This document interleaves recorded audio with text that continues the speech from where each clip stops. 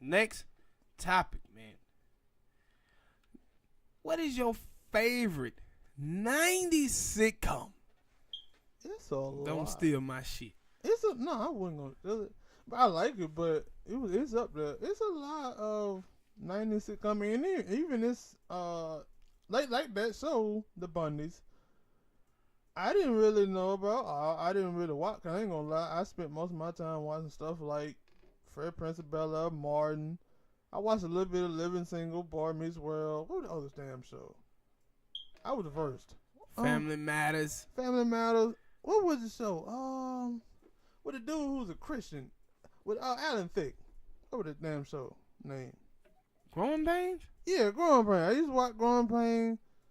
So, favorite 90s. I'm probably had to go with something funny. Cause I ain't too much. Well, all them damn shows had some form of element of funny in it once I think about it. So, let me see. Favorite 90s. I wrote the shit down and didn't even think about my own favorite 90s sitcom. Dumbass. I'm probably gonna go with Fresh Prince because of some of the like a lot of them shows did, especially the black shows anyway. A lot of them had elements of serious topics on there, but I think the Fresh Prince hit a lot hit with a lot. They had, especially with the thing with Will kind of being, he was from the hood, and then with Cards and them being from this rich, privileged area, and then you kind of see the maturations of how Will brought in the inner city blackness to their family, and it kind of changed them because at first all of them was like, well, some of them like Hillary was still uppity than a motherfucker, but Cards and you seen the maturations of Cards and character from being like kind of like uppity black, higher class, middle class black person to being more down to earth. And I think that happened. Yeah, I think that happened because he got to be around Will a lot more. And then they had the thing with the police because he was like a lot of other people who think that, the police is always right. But then once they got pulled over on a mistake, and Will and his dad and Uncle Phil had to tell him that no, sometimes police make mistakes and they do it because of racial things. Yeah, but you're absolutely right about that. But that show need to be remade, because you know what? Suburban black people still think just because they have the same color skin as people who are from the inner city that they know those people lives. Yeah, that's why I like. And they're being positioned talking for black people when suburban black people are the minority within our race. Yeah, and like when I watch shows, like I don't know how other people, and it's funny because like other people be watching shows and they be over analyzing them, motherfucker. But it like when you telling me that when you didn't learn that from the Fresh Prince of Bel-Air, how Carson them middle class and then Will came from the projects, and how basically him being around Will that's what changed his whole narrative. Not just him, but it changed everybody in the family. Yes, that's what the show was about. And so, but somehow, some way, when it don't hit home. Like when you watch listen to suburban black people, especially on Twitter, that concept of that show, it don't seem like it hit home with them at all. That's why I say sometimes when I listen to people watch stuff or they talk about stuff, and I be like, yo, y'all be overanalyzing and not focusing on this, because y'all be talking about some shit that don't really matter. But I was like, to me, that right there, it matters, because if Will would have never shown up, goddamn, Carson them would have been some little Republican voting conservative motherfuckers. No, they was still Republicans then on that show. I know Carson was. No, they still was. But it would have been worse. I think it would have been worse. But the thing is with that show, it was an episode with Uncle Phil when the woman had came back, and Uncle Phil was like the pro-black. They kind of act like he was like Black Panther type thing. and he was talking about writing a check to help. But then you remember when Will them had took them to the hood and they supposed to been helping, but then they had changed Will though.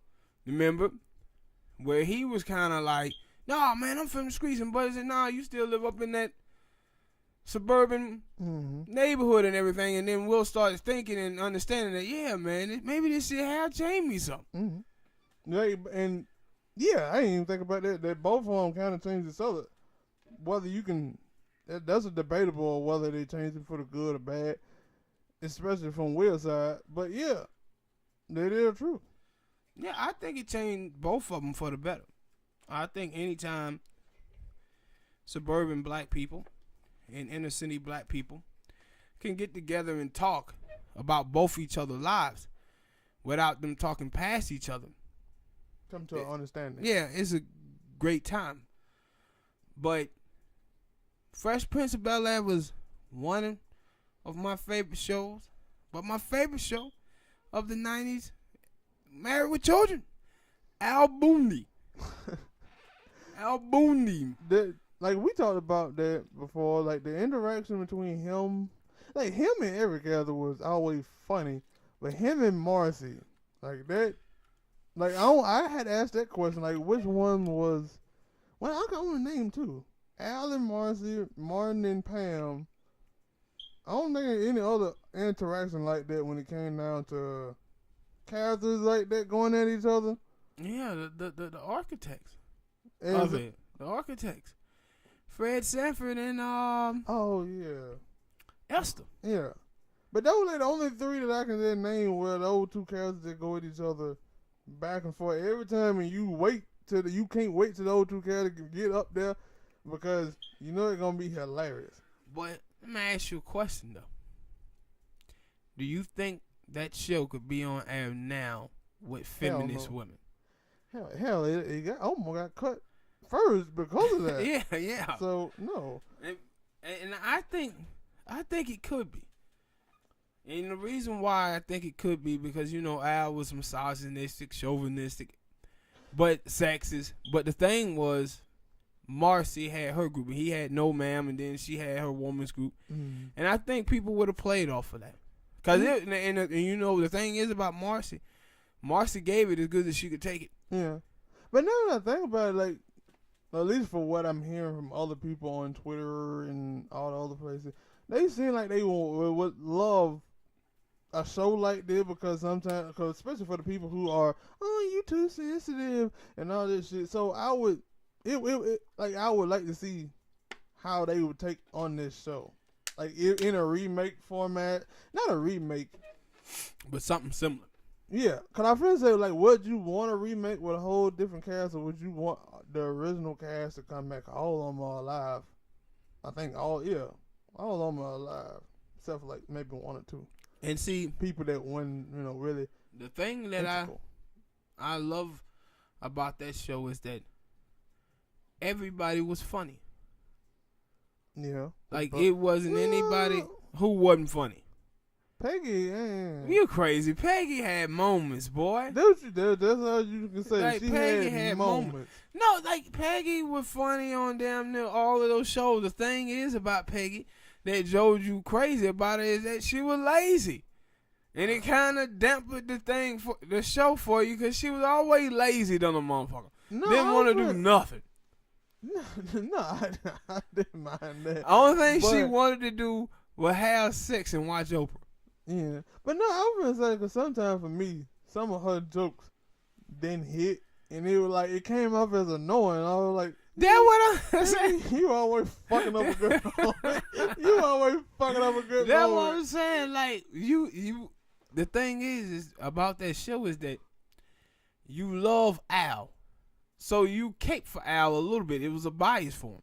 So when Peggy would crack jokes on him, it wouldn't be so funny to you because you already look at her character. You're like, look at this little lazy motherfucker right here. No, like when she would crack jokes on Al, I would laugh, especially about the him being a minute man, him being a minute man, and how she always basically also how she that was the opposite because they used to always hit her with.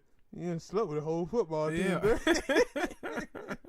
But How you remember you get the guys? You know, Tony the Tongue. Wait a minute, Peg.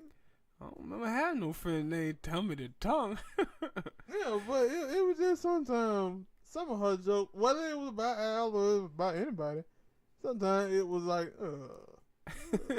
shut up, Peg. Come on somewhere, Peg. You always fucking up the flow of the episode.